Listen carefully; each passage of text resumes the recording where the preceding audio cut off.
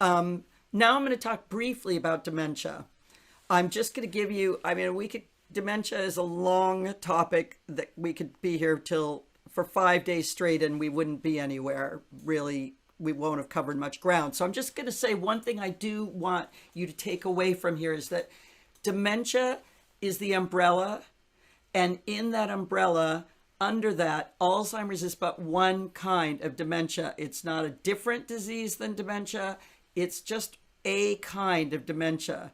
We could go into the whole political reason of why Alzheimer's is the thing, and people, especially in the US, but also here a lot, go dementia, Alzheimer's, they're two different things. Dementia or Alzheimer's, it's not. Alzheimer's is a kind of dementia.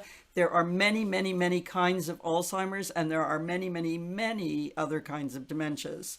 So vascular dementia is one where it's steps, vascular heart, closing of vessels. And so someone's fine, and then they all of a sudden have a loss of memory, particularly, and then they're fine, and then it changes again. Lewy body is a particularly odd one, and it can have hallucinations and a funny gait. It's related sometimes to Parkinson's. And then the other one is that I'm just going to mention is frontal temporal. It used to be called Pick's disease, but that one's interesting just because that's young. That's usually the kind that younger people get, meaning that it's often referred to as young onset of dementia. And it's because if you're like 40s, 30s, 50s, and you get dementia, that's not biologically what's supposed to happen. If you're in your 80s, that's not particularly surprising. It's our bodies break down in various ways, and that's one of them. It's not, that's just how it is. But frontotemporal is also kind of amazing as a musician because I've played for a number of groups. Actually, in London, I was brought down to do something, and it was fabulous because in a very staid culture like England, London, or Scotland, really, where it's very, staid is the word I'm going to use. They lose all inhibitions. That's generally one of the first signs with frontal temporal, and that can be not easy if you're a carer and if you're a family member, but it can also be a blast if you use it right. So, hello. I might know some of the people that come on here because I lived in the US most of my life until I was, till what, well, 15 years ago. And I'm now, you're seeing an authentic wee Scottish cottage in Musselburgh, which is just right off the, I'm right across from the North Sea, right outside of Edinburgh in Scotland. So here's the thing, why music? Because first of all, for me, one of the most important is the time transport. This was one of the things I worked with a lot of in my work. I saw this go happen on, and some of you may be kind of looking at this a little weird. It's pretty clear if you think about it. One is go after this talk, sit in somewhere where there's a radio, put on 70s stuff, rock, pop.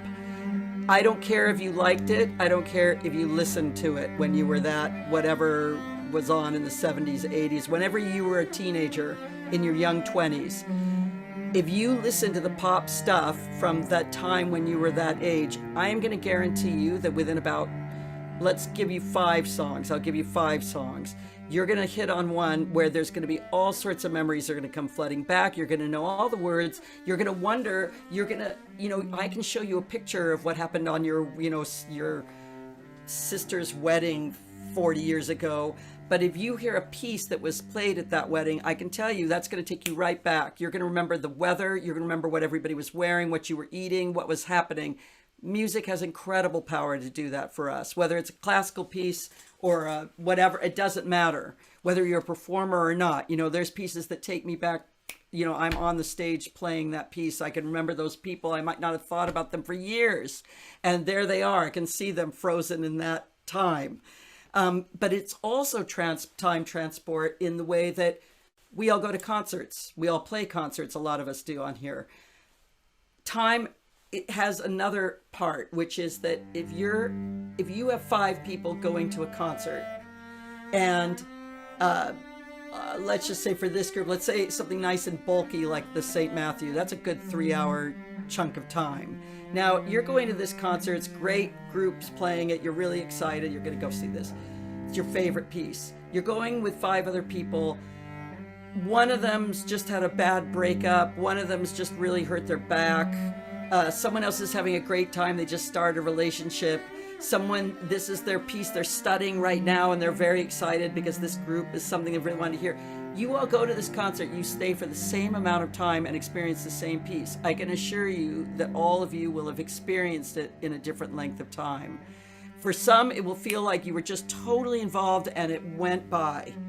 And for some, it's going to feel like, you know, that person who just had a breakup or who had a bad back, that's going to feel like an awfully long 3 hours, you know, and that we bring that to everything we do, whether it's if you're terrified in this performance and you just want it to end, that's going to be a long time on that stage. If you're really into it and it goes past, it's not going to feel that way. So time transport works in those both ways. And when we're playing for somebody, whether it's an audience, so everything that I say about dementia is relevant because dementia is one of the hardest things when someone's got advanced dementia of whatever kind, because they all share that it's about memory and communication problems, difficulties.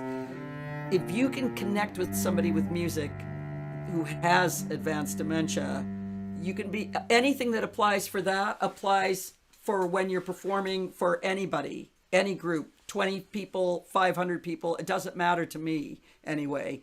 I think that that's one of the things that I really learned was, you know, it's been told to me before, but, you know, it's not about us when we perform.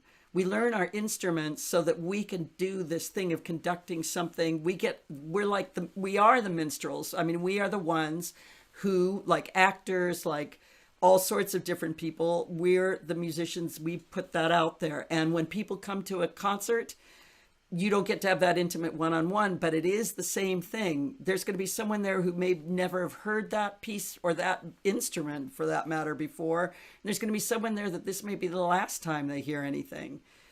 You don't know. So it's not about you anymore. It's about telling that story.